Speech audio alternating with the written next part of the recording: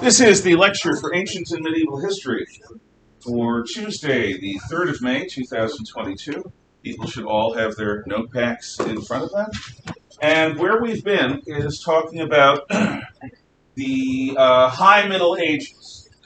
Now, the High Middle Ages is the time when our Western civilization builds its first real cities since the fall of Rome. It's when the new Christian civilization is really distinct and on the rise.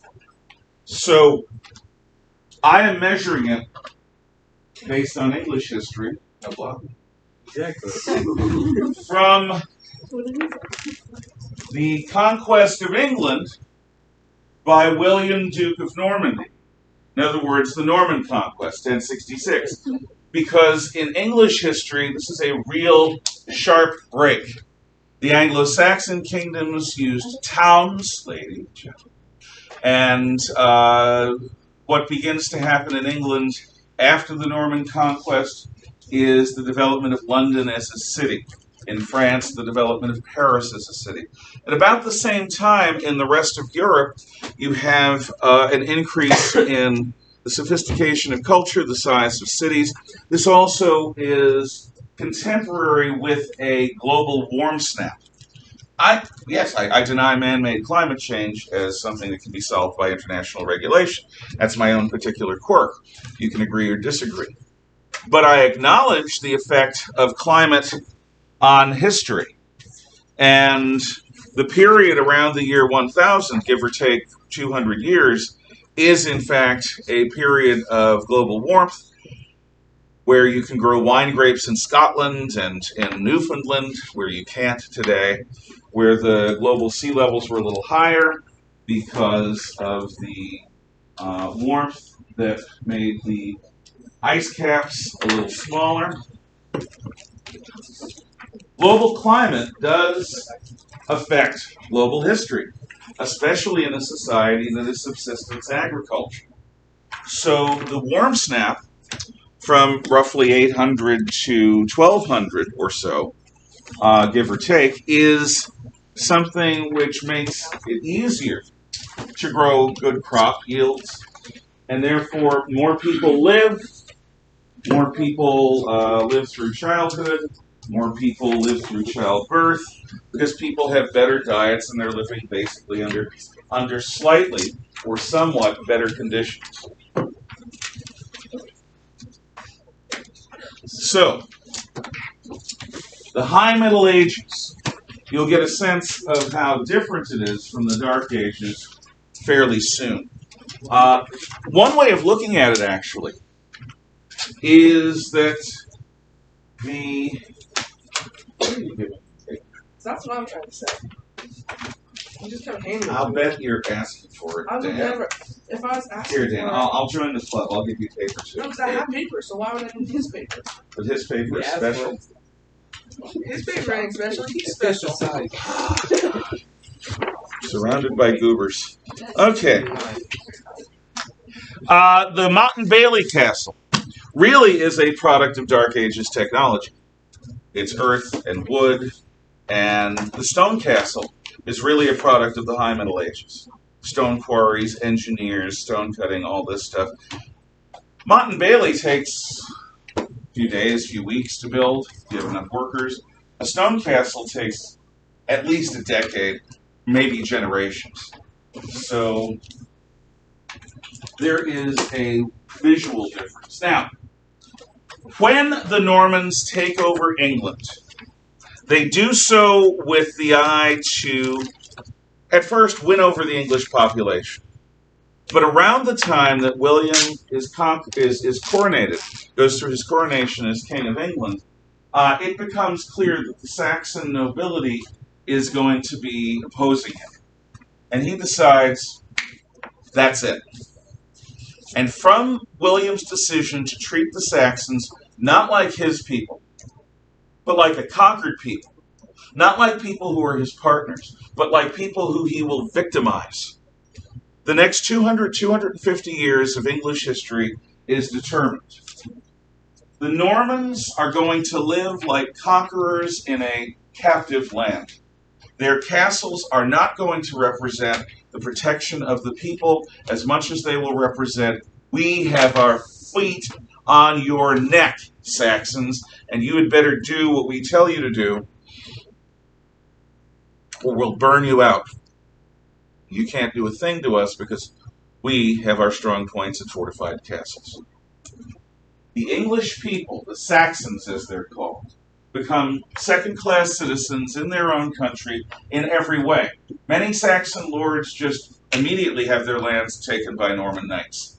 In fact, the entire kingdom of England is divided up amongst William's knights and nobles, and everyone gets a piece.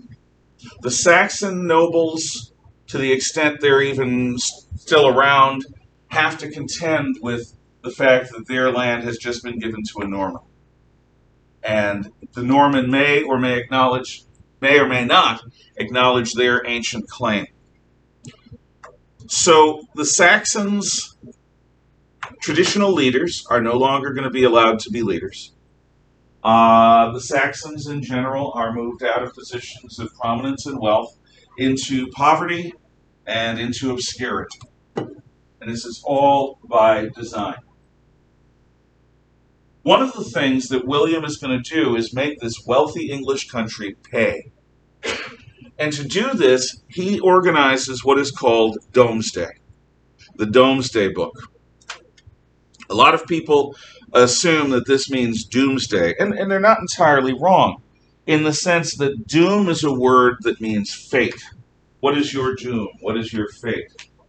Well, in this case, Domesday, or Doomsday, determines the wealth of everything and everyone in England.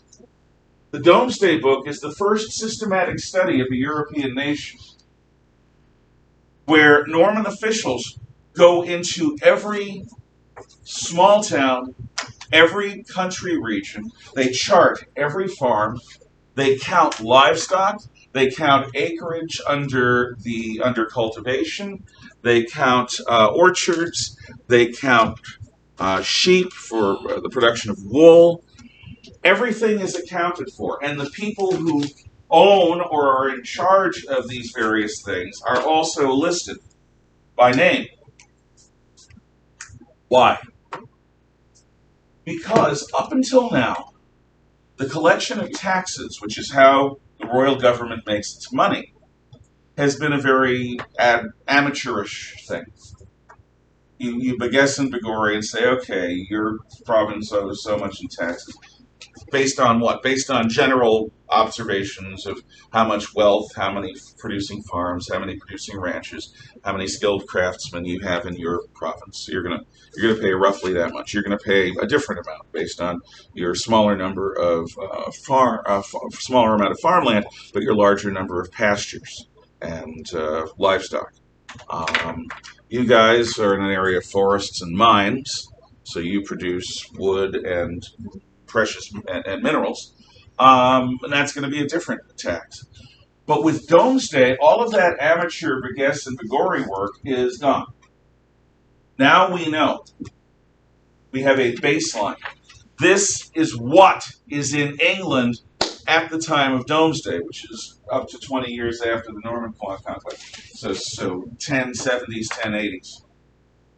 And once Domesday is completed, the royal government under William and his successors can precisely demand an efficient collection of taxes in the form of food, in the form of wool, in the form of wood or minerals, in the form of gold or silver for those few people who pay, and in the form of services. The nobles pay their taxes by fighting for the king, by ruling the king's area. They might pay money, they might not. The primary way that a nobleman pays their taxes is in personal service, swearing fealty, and then living a life of fidelity to the king and his service. Common everyday farming folk, peasants, serfs, and slaves, they pay their taxes in food. They take a certain percentage of what they produce every whatever, and that goes to the Lord, and the Lord takes much of that, and that goes to the king. Merchants pay in money and in gear. But Domesday is going to give an accurate accounting, and from the time of Domesday, the English government is one of the most effective governments in Europe in that it properly taxes its people. Governments never produce wealth. You know, they can print money in modern times, but that isn't producing wealth. Governments exist in an almost parasitical way, and I'm not saying this critically. There are times when I do, but not now. Governments live off of the productivity of everyday people who grow food, who raise animals, who make money, who do stuff. Government takes a percentage of that productivity as taxes and does everything that it needs to with that taxation. Produces military power, has a royal court, enforces the law, it negotiates with foreign nations, all of the things that royal governments do. And this is true to this day. The government does not make money. The government assesses tax and takes a percentage of the income of the productive people in society.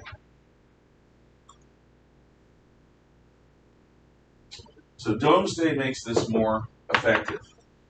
Now, what do you call the animal in the field? What do you call that animal in the field? Exactly. Chicken. Rooster. Yeah. Obviously, it's a cow. When it's in the field, what do you call that animal in the field? Chicken. Seek professional help. It is a chicken. You can't just make messed up chicken. What's that? Turkey. I would have actually said that was a sheep, but that's just me. How bad? Okay, It beats chicken now. so that bovine, that four-stomached bovine that eats grass and produces methane, that rhymes with ow. Chicken. Chicow, exactly. You sound like Arnold Schwarzenegger for a moment. What got you? Hey, chicow. No, that was terrible.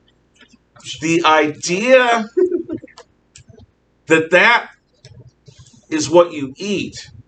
In the olden days, you have Anglo-Saxons. Hey, we're going to have a feast. You know what we're going to have? We're going to have cow. Oh, cow. It's what's for dinner. But nobody says that now. No. What do we call it when we are eating meat of the cow at table? Steak. Steak is one thing. Beef. Beef. There's an old ad campaign. Beef, it's what's for dinner. And if you're lucky, it is. Because beef, is tasty. I love beef. I would not make a good Asian Indian. Because in India, thanks to Hinduism, cows are considered to be above us in the cosmic chain of life. Because they eat grass and they produce so much good. They produce milk. When they die, there's leather. And so in India, you're not allowed to eat cows because you're eating a soul more advanced than you are. Yes? I think my great-grandmother still just doesn't eat beef. Like, because she, like, when she grew up, like, it was, like, cows were, like, just for, like, working in the fields. Yep. And then, so, now she just, I think she just does it by choice. And so... Well, if she's used to it, and I would be lying if I said there weren't people who thought beef was very unhealthy to eat. Yeah. Because, it's fatty and... It tastes delicious. It does. It just... But, your great-grandmother, you said? Yeah. And she's still around? Yeah, she's 100 now, and somehow living independently in New York. That's amazing. I think she's legally blind. Maybe her not eating beef is part of the reason why she's lived so long. No, I think my family just doesn't die. Okay. My great-grandfather was like... Try to avoid people who are happy to help with that. Yeah. You don't want that. That's amazing. My great-grandfather was like 95. Yeah. Yeah. No, that's... Wow. Good for her. Yeah. And good for him. This difference... By the way, Dan, what do you call chicken when you eat it at table? Chicken. Yeah, you might. Well, what do you call chicken, duck, turkey? There's a general name for that type of meat. Yes! Thank you. Right! So, don't be a poltroon, say poultry. Beef comes from Norman French bef. So, Monsieur Le Ragnar. Yes, Rollo. What are we having tonight? We are having beef. Le beef. The cow. But in English, one of the peculiarities of English is we have many similar words for the same thing, but they each mean something slightly different. So in most language, it's cow in the field and it's cow on the table, but not ours. Cow in the field because the common Anglo-Saxons work with the live animal. Beef on the table because the upper class Normans are pretty much the only ones that can afford to eat beef on a regular basis. The same with birds. You eat a bird, whether it's chicken or a turkey or a duck or whatever. It's a chicken or a turkey or a duck in the field. But on the table, it is poultry. Poultry. This is a reflection of the class difference. There are people who want to try to get English back to its Anglo-Saxon roots and purge it of all of its Frenchy influences. I think that's interesting, but it's a little creepy. I like the fact that we can say things plainly using basically Anglo-Saxon words, and we can say things in a fanciful way using basically French words. And the French words have this cachet, get it? Cachet, French word, of classiness and of aristocracy and of upper crustedness, because the sophisticated people, they speak the French. One of the reasons, by the way, why French is still taught in our schools.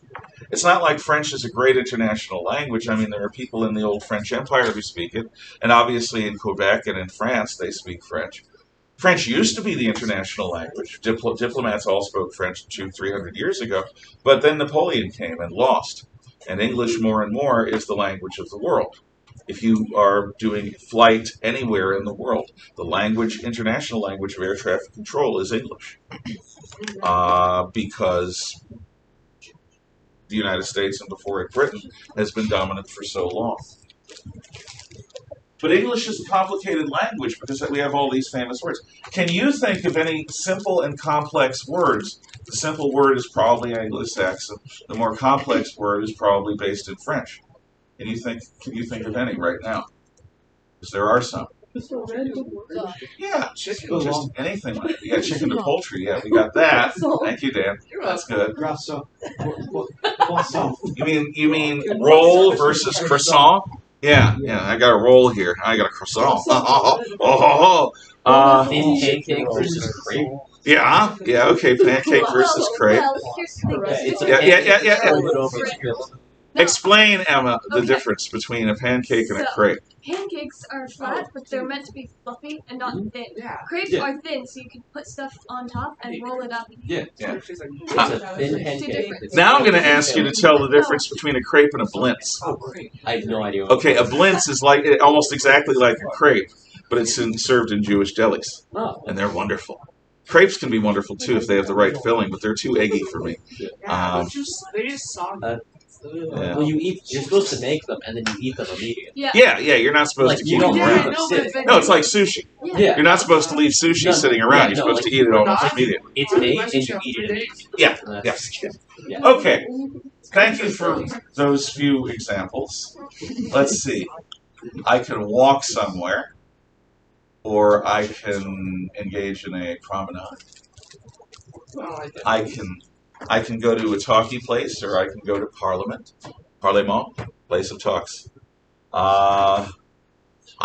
are so many better ones that I am just not thinking of right now. That's why I asked for your help. But we do have sort of a bipolar language. If it's simple, it's Anglo-Saxon. If it's fancy, it's based in French. And this is one of the basic things that make English what it is. We are a complex language for foreigners to learn, because we have so many influences from French and other languages. Okay. Unlike the Anglo-Saxons, the Normans are a military power. And it's no longer going to be a question of whether England will be conquered by the Scandinavians. No, that's gone. England has been conquered by the most powerful Scandinavians, the Frenchified Vikings, the Normans. The question is, will the King of England, who happens to be the Duke of Normandy, also end up taking over France? And the battles from the late 1000s until the 1400s, which all told can be summarized as the 100 Years' War, but it's longer than that and it's more wars than that, really are questions. Will the Norman kings of England also take over France? And there are one or two occasions when they do. It's pretty amazing. The thought of England and France being the same country could have happened, but it didn't. So the military power changes. Now, the manor is what we call a medieval village estate. It's called a manor. That's a French word. And what it means is the lord and his castle, whatever it is, and the village, and the farmland, and the pasture land, and the forests and mines, and everything else that makes the community. Now, in the manor, which is this feudal estate in the countryside, you've got the lord. What's the lord's job? Well, the lord serves the king. He is either a knight or a baron or a count or a duke serving the king's interests. And therefore, he enforces the king's laws, the king's justice, high and low. Now, what's the high justice? Well, if you murder someone, you're going to get your head chopped off, or you're going to be hanged by the neck until dead. The low justice is don't steal. Don't rob people. Don't burglarize their homes. Don't pick their pockets. So the high justice and the low is held by the Lord in nomine rex, or regius, in the name of the king. So the Lord basically is the government, the enforcer, the protector, all of those things rolled up into one. Another important thing that the Lord owns in the manor is the mill. You might say, why is a mill so important? Everyone eats wheat, barley and rye and other seed grains. And what the mill does is it breaks those little seeds up and makes them into flour you can eat. So, without the mill, you don't easily get bread out of the wheat and other things, the barley and the rye that you grow. So the mill is something that every farmer needs to use. And he basically pays a percentage of what he produces in the mill to the Lord for the privilege of using the mill. The mill is one of the most important places on a manor, because the mill is what turns what they grow into their primary food source. The staple diet of Europeans at this time is bread. They don't have potatoes yet. Those come from the Americas. They have lentils. They have grains, seed grains. That's it.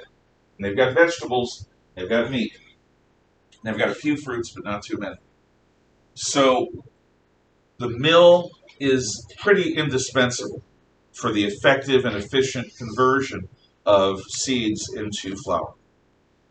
Lord owns it. People use it.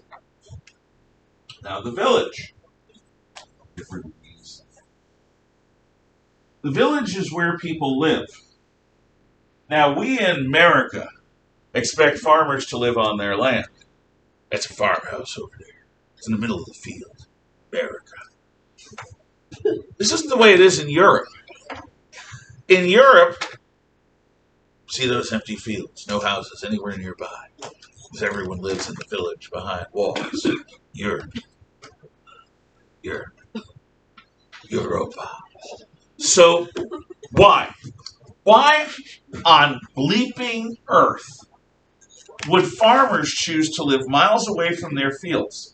So they have to live in crowded village conditions, side by side with the other people, listening to their yelling and their screaming and all the other stuff, smelling the smells of people when they crowd together and don't bathe properly and don't have proper sewer facilities. It's not fun. And then every morning, they get to walk a few miles just to begin to arrive in their fields. And at the end of every day, they've got to walk miles back. Why would Europeans do this? Somebody tell me. Raise your hands. Why do Europeans do this? Yes? Yeah. Because Farmhouses in the middle of the fields are vulnerable to attack by anyone.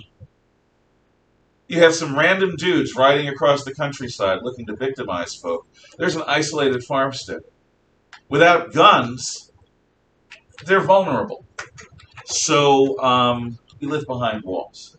This persists from late Roman times. You don't live in the best place for convenience. You don't live in the best place for beauty. You can't afford to. The world is too dangerous a place. This shows you how lawless medieval society was. The Lord does what he can to enforce the high and low justice. But there's no modern communications. Few people, if any, in the area know how to read and write. You don't therefore have enough extra food for a lot of troops. It's difficult to keep control of the land.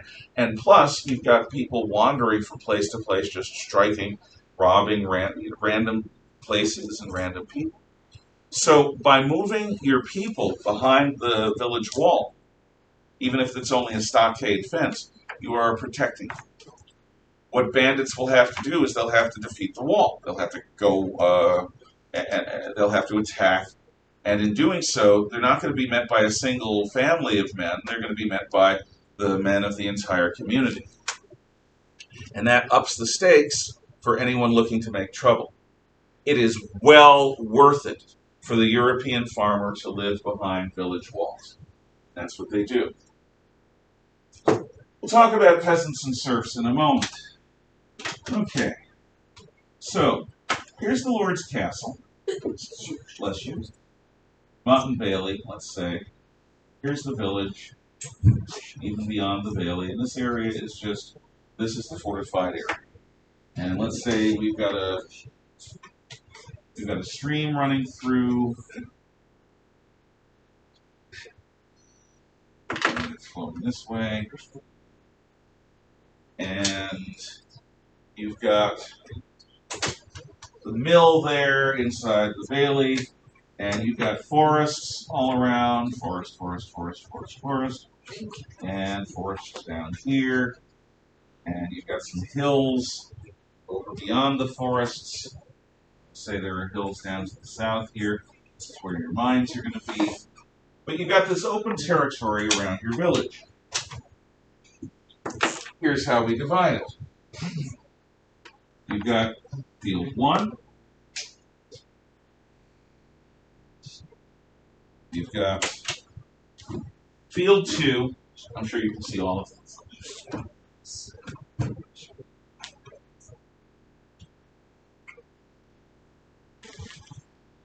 And we've got field 3.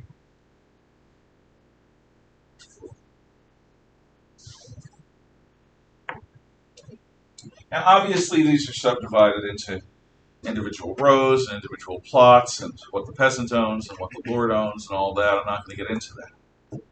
There are 3 basic fields. And this 3-field system is a big part of how Europe preserves the quality of its farm soil.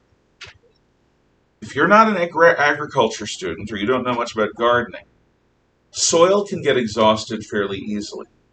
If you plant the same thing in soil again and again, year after year, that soil will be depleted of the nutrients that the particular plants you're planting there draw.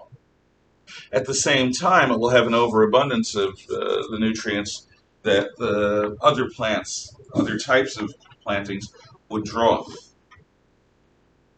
Soil also needs fertilization, and the best fertilizer that people have in those days is manure, animal waste, solid animal waste, poop. So, how are we going to do this? Okay, well, here's field 1, which has the diagonal lines, and here's field 2, which has the horizontal lines. Here's field 3, which has the vertical lines. We're going to do some planning.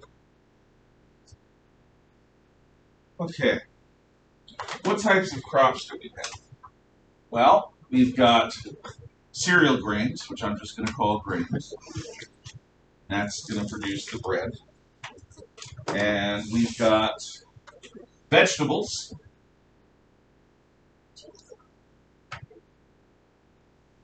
Those are the two basic kinds of crops you're going to grow.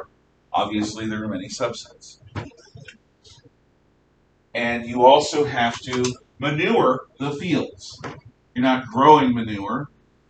What you're doing is you are taking your accumulated animal waste and plowing it into the soil to renutrify it. So the three-field system is, in year one, grains will be planted in field 1.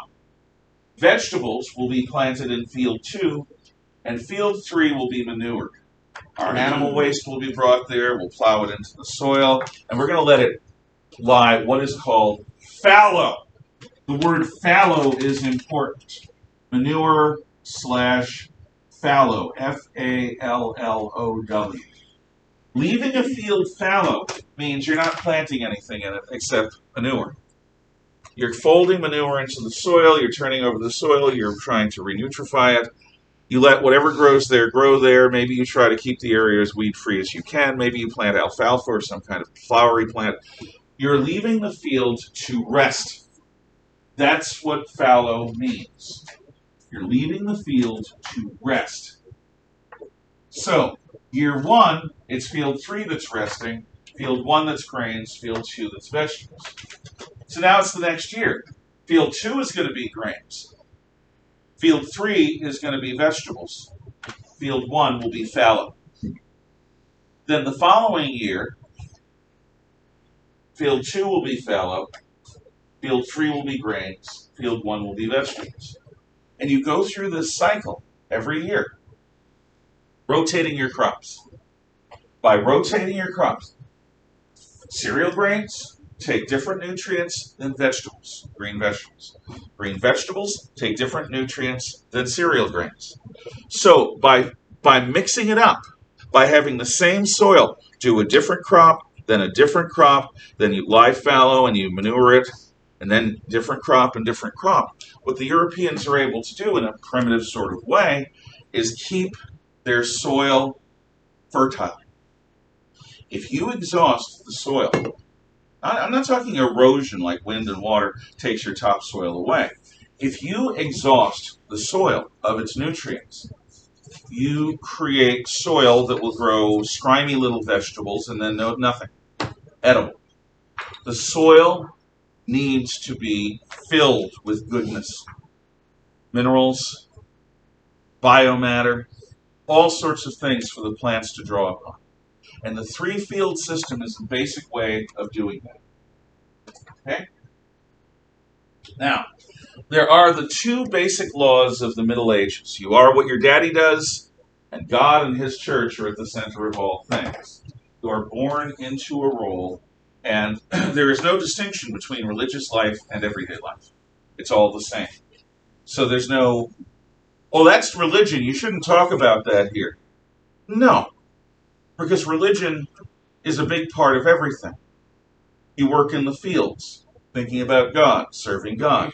You fight in battle. You pray to God for his will to be done. You go to church. You have a child that's born. You take it to be baptized. You go to get confessed.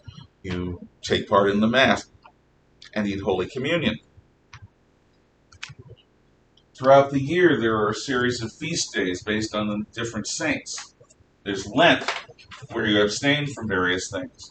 There's Easter, which celebrates the rebirth of Jesus into the world. There's Christmas, which celebrates the initial birth of Jesus into the world. People gather for church regularly, once or more than once a week, and everyone goes. So the community and the church are one and the same. This is the feudal order, the medieval feudal order. But basically, this is the same system that has been running every agricultural society since people started planting crops and staying with them, all the way up to the development of factories. The proportions here are of medieval Europe, but they don't, I'll explain how they vary. So, if you have European ancestors, well, let's talk about what's above and below.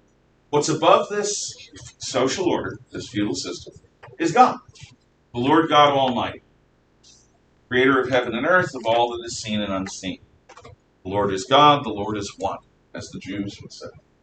So, you have God, the creator of the world. A fundamental purpose of life is to serve him, and so he is above the social order. Everything answers to him. He has ultimate authority. Below the social order are beasts and the natural world. Beasts and the natural world. The animals, the plants. Adam and Eve, in the story of Genesis, second chapter, so forth, were the gardeners of Eden, the namers of the creatures of the world. So, dogs work for us, cows work for us, sheep and pigs and goats work for us. Bees work for us if we can figure out how to make that happen. We eat meat. We use leather from the skins. We take milk from creatures. We eat the eggs of chickens and turkeys and ducks, which we did in those days. The natural world is turned from wild fields and forests into farmland. Rivers and streams are dammed up to make water wheels to power mills. Later, windmills to power mills. See, they use wind, and they are mills to grind grain. Instead of living in the trees, we build houses and fortresses, and we use stone and wood and wattle and daub. The natural world is like clay on a potter's wheel, and we are the hands that reshape that world to suit us. If you buy a piece of land in the future, you will get to decide within very broad limits what to do with it. Do you want to keep it woods? Do you want to harvest the trees and make a lot of money? Do you want to then replant and in 30 years make some more money? Because trees are a crop that you can grow. Or do you want to take the cleared land and turn it into farmland? Or do you want to turn it into houses? What are you going to do with that land? It's up to you. So the natural world, according to the Judeo-Christian concept of reality, is under our dominion, just as we, according to the Judeo-Christian morality, are under God's. God has authority, we owe him obedience. The animals are things we have authority over, we expect them to serve us, to obey us. Any questions so far? Okay. If you come from Europe, the vast majority of your ancestors were peasants, serfs, or slaves. Let's go through the distinction. We'll start at the bottom. Slaves. Slaves are property. They're human tools. You buy them, you sell them. If they have kids, you can buy or sell their kids away from the mom and dad. If you have a husband and wife, well, they're slaves. So you can sell them away from one another. If you want to do things with the husband and wife, you can do things. Slavery exists in most places in Europe. It's not Africans, it's other Europeans. Like the old Roman tradition, when you surrender in war, often you will become a slave. Although medieval Europe doesn't do the slave thing the way the Romans did. In any given Roman community, at least half the people were slaves. Not the case in the Middle Ages. There were a few slaves, and the institution basically withered and died. Right above the slaves are the serfs. A serf is like a slave, but he comes with the land. A serf is always connected to the land. If you buy a used car and it's got leather bucket seats and a CD changer, those things come with the car. You don't expect the former owner to strip the car of its chairs. No, they come with the car. They're part of the deal. If you buy a piece of land, everything on that land, every tree, every rock, every bush, the stream, all of that goes to you. It comes with the land. So serfs are human tools, but you can't sell them. You can't buy them. They're there, always, on the land. They breed, so they're a self-perpetuating resource. So the advantage a serf has over a slave is, A, they know everyone in the community. B, they're probably related to everyone in the community. That can be a problem. C, they can't be sold away from their moms or dads, their brothers or sisters, their children. They're all together. And so being a serf is considerably better than being a slave. A serf at least has the security of knowing that they are the land's and the land is theirs under the Lord. Peasants have it the best of all of the people in the countryside who are lower class. Peasants are wealthier than serfs.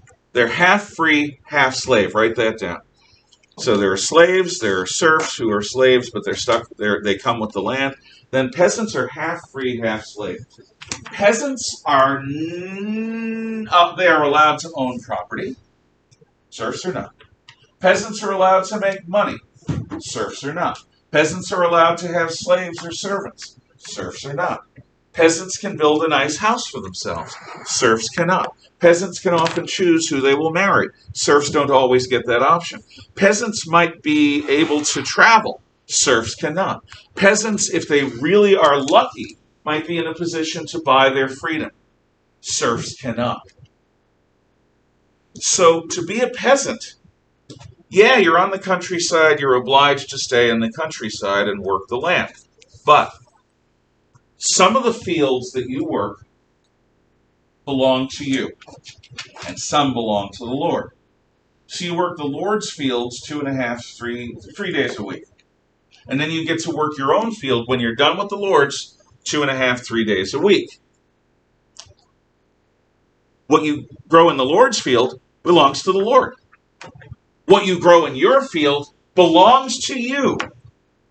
You can keep it. You can sell it. You can make money. With that money, you can improve your land. You might even get a credit to improve the Lord's land in return for some privileges. As a peasant in the Middle Ages, if you are lucky, you can lead a good lifestyle, a decent lifestyle. You're still obliged by law to obey the Lord and to work his land. But because you have the right to own property, because you have the ability to grow your own food, because you have the ability to make money, a peasant is able to either improve their living standard or they're able to move out of the status of peasant into something a little better, a free farmer.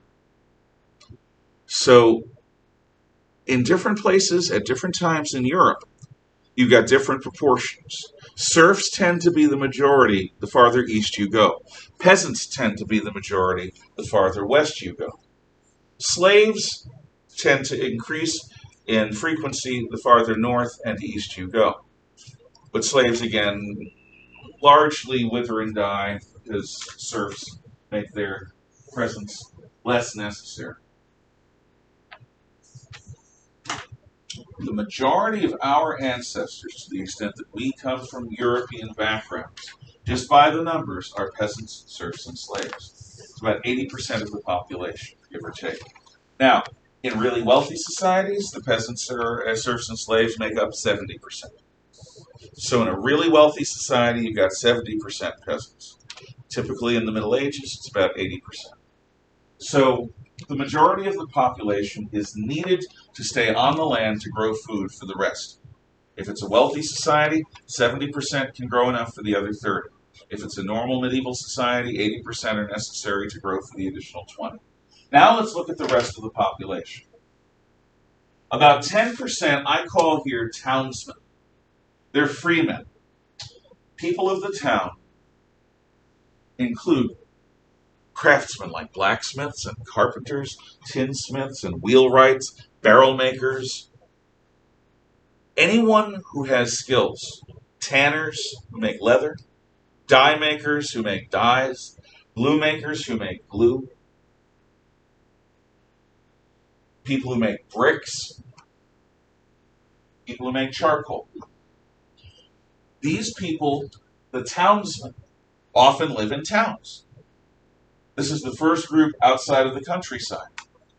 Now, in towns, towns are the only places where what you do matters more than who you're born to. If you're smart, if you're clever, if you work hard, in a town, you can rise to prominence and wealth.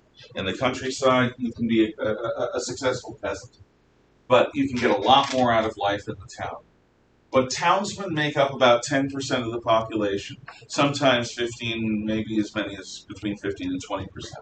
It's a fairly small percentage of the population that live in towns. Most people live in the countryside. Above the townsmen are warriors. These are men-at-arms, and these are basically poor knights. The warriors, their job is warfare. They are the enforcers. They are the protectors of the upper class. They're the protectors of people from outside invasion, and they're the people who make sure that the everyday folk obey their betters. Warriors, in a typical medieval society, about 6% of the population. Now you may say, how is it possible that 6% of the population, plus the royalty and nobility, how is it that such a small proportion of people can control such a large proportion? The answer is, most people are not particularly violent most of the time.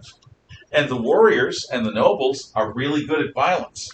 So in those occasions where there are peasant uprisings, there's a typical pattern. The peasants rise up, they kill a bunch of folk, and then people from the outside organize and they invade and they destroy the peasants. Because the peasants have no ability to organize. They're illiterates. They don't know anything because they're not educated except how to grow food. And they can be played because they're emotional. About 6% of the population are warriors. Sometimes it goes as high as 10%. Above them, you've got the nobles. The barons, the counts, the dukes. And these are the people that rule different parts of the kingdom. Typically, you're talking about 3% of the people. So about 3% of the population rules over the rest. And the boundary between warriors and nobility are knights. And knights can either be classified as warriors or as nobles, depending upon the circumstance of that particular country at that particular time, or of this particular knight. So 6% warriors, 3% nobility, and less than 1%, fewer than 1% of the population are royals. Kings, Grand Dukes, Count Palatines, rulers, less than 1%, fewer than 1% of the population. That's the system on the state side of things, the secular side. But in the Middle Ages, you also have the church side of things. So let's look at the church. The vast majority of Christians in Christendom are the laity, lay people. Lay people, L-A-Y, are people who are believers but are not part of the church in any way, except as members. They are members of the church. So the laity is most Christian believers during the Middle Ages. The laity. Now, above the laity are lay people who have chosen to take additional training and do additional service. And they tend to be church elders and deacons. Now, the proportions between laity and elders and deacons here is not exact at all. I just am making a comparison between townsmen and elders and deacons. There tend to be elders and deacons in every community of Christians in every church parish. But we're talking between 80 and 90% of the people are laity, elders, and deacons. Above them, you've got the junior clergy, the lower clergy, priests, monks, and nuns. 6 to 10% of the population are priests, monks, and nuns. These are the people that work as chaplains in the army. They're country priests. They're assistant priests in city churches, and that sort of thing. And they live in monasteries or nunneries, convents they call them. Then you've got senior clergy. Senior clergy are usually born noblemen, and when they join the church, they become senior clergy. These are monsignors, bishops, archbishops, and cardinals. These senior clergies run the church for the Pope and for God. So somebody who is the priest of a big city church, they're going to be senior clergy. Somebody who runs a region of churches, whether they're a Monsignor, which is a senior priest, or a bishop is senior clergy. Archbishops are definitely senior clergy, and cardinals are literally called princes of the church. Cardinals elect the Pope. Cardinals are seniorist of the senior clergy, except for the Pope himself. And then fewer than 1% of Christian believers are a member of the papal court. That is the Pope in Rome and the people who work for him, which is also called the Curia. So, this is the social order. You are born into it. The people at the top have authority. The people at the bottom owe obedience. God is above. Beasts in the natural world are below. And it is very unlikely that you or your family will radically change your social position in your lifetime. Maybe over several generations, but that's slow glacial change. God makes you be born into a role. Any questions about the feudal order? Feudal. Okay, then we're done. Thank you for your attention. You can talk among yourselves until dismissal.